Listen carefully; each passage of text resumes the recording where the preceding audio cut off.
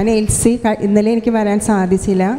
ഇന്നാണ് ഞാനിവിടെ വന്നത്. ഇന്നിവിടെ വന്ന് കേട്ടപ്പോൾ ജ്ഞാനത്തെക്കുറിച്ചുള്ള വചനം, ജ്ഞാനം നമുക്ക് നൽകുന്ന ദൈവത്തിൻ്റെ വലിയ സ്നേഹം, ജ്ഞാനം പറയുന്നത് ഇവിടെ ബ്രദർ പറഞ്ഞത്, പ്രഭാതത്തിൽ ഉണർന്ന് അവളെ തേടുന്നവളെ നിഷ്പ്രയാസം അവളെ കണ്ടെത്തും.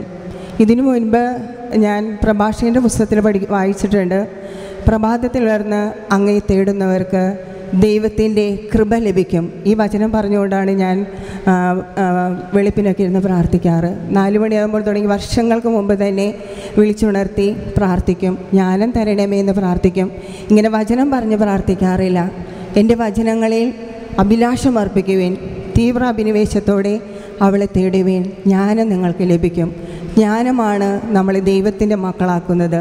ഈ ജ്ഞാനത്തിന് വേണ്ടി എല്ലാ ദിവസവും പ്രാർത്ഥിക്കുവാനുള്ള ഒരു വലിയ തീഷ്ണത, വലിയൊരു പ്രചോദനം ഇന്നത്തെ അല്പനേരത്തെ ക്ലാസ്സിലൂടെ ലഭിച്ചു. ഇന്ന് പ്രഭാതത്തിൽ ഉണർന്ന് വിശുദ്ധ ബലി അർപ്പിച്ച് ആരാധനയ്ക്ക് ഇരുന്നപ്പോൾ ഞാൻ ആരാധനയിൽ പ്രാർത്ഥിച്ചു, കർത്താവേ, ഇന്ന് ഞാൻ ജീവിച്ചിരിക്കുന്നത് അങ്ങയുടെ തിരുശരീരവും തിരുരക്തവും സ്വീകരിക്കുന്നത് കൊണ്ടാണ്. അതിന് ഞാൻ നന്ദി പറയുന്നെന്ന് പറഞ്ഞുകൊണ്ടാണ് ഇന്ന് ഈ ധ്യാനത്തിലേക്ക് കടന്നു വന്നത്. ഇന്നിവിടെ ധ്യാനത്തിൽ ആരാധനയ്ക്ക് വെച്ച് ആരാധനയിലൊക്കെ പ്രാർത്ഥിച്ചു കഴിഞ്ഞപ്പോൾ വിശുദ്ധ കുർബാന വളരെ അനുഭവമുള്ളതായിരുന്നു. ഇന്നത്തെ വിശുദ്ധ കുർബാനയിൽ കർത്താവിൻ്റെ രക്ഷാകര രഹസ്യം പരിപൂർണമായും അനുഭവിക്കുവാനും അത് രുചിച്ചറിയുവാനും വലിയ അഭിഷേകത്തോടെ വിശുദ്ധ കുർബാനയിൽ പങ്കെടുക്കുവാനും ഈശോയെ സ്വീകരിക്കുവാനും കർത്താവ് കൃപ നൽകി. അതോടൊപ്പം തന്നെ വിശുദ്ധ കുർബാനയ്ക്ക് ശേഷം അച്ഛൻ പറഞ്ഞു, കർത്താവേ, അങ്ങയുടെ തിരുശരീരം തിരുരക്തവും സ്വീകരിക്കുന്നത് കൊണ്ടാണ് ഇന്ന് ഞങ്ങളിവിടെ ജീവിച്ചിരിക്കുന്നതെന്ന് നിങ്ങളെല്ലാ ദിവസവും ഏറ്റുപറഞ്ഞ് ദൈവത്തിന് നന്ദി പറയണമെന്ന്. കർത്താവിൻ്റെ ജ്ഞാനമാണ് നമുക്കിതെല്ലാം വെളിപ്പെടുത്തി തരുന്നത്. ദൈവത്തിൻ്റെ സ്നേഹം എത്രയോ വലുതാണെന്ന് വിശുദ്ധ യോഹന്നാൻ്റെ സുവിശേഷം 3-ാം അധ്യായം 16-ാം വാക്യത്തിലൂടെ പറഞ്ഞു. എന്തെന്നാൽ അവനിൽ വിശ്വസിക്കുന്ന ഏവനും നശിച്ചു പോകാതെ നിത്യജീവൻ പ്രാപിക്കുന്നതിന് വേണ്ടി തൻ്റെ ഏകജാതനെ നൽകാൻ തക്കവിധം ദൈവം ഈ ലോകത്തെ നമ്മെ ഓരോരുത്തരെയും അത്രമാത്രം സ്നേഹിച്ചു. ആ ദൈവത്തിൻ്റെ സ്നേഹമാണ് ഓരോ ദിവസവും വിശുദ്ധ കുർബാനയിലൂടെ നാം അനുഭവിക്കുന്നത്.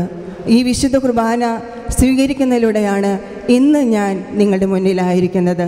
വർഷങ്ങൾക്ക് മുമ്പ് മാരകമായ രോഗം പിടിപെട്ട് മരിച്ചു എന്ന് പറഞ്ഞ മകളായിരുന്നു ഞാൻ.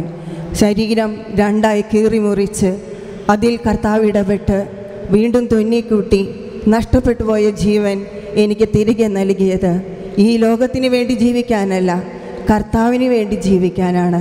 ഇന്ന് ഞാൻ വിധവയാണ്.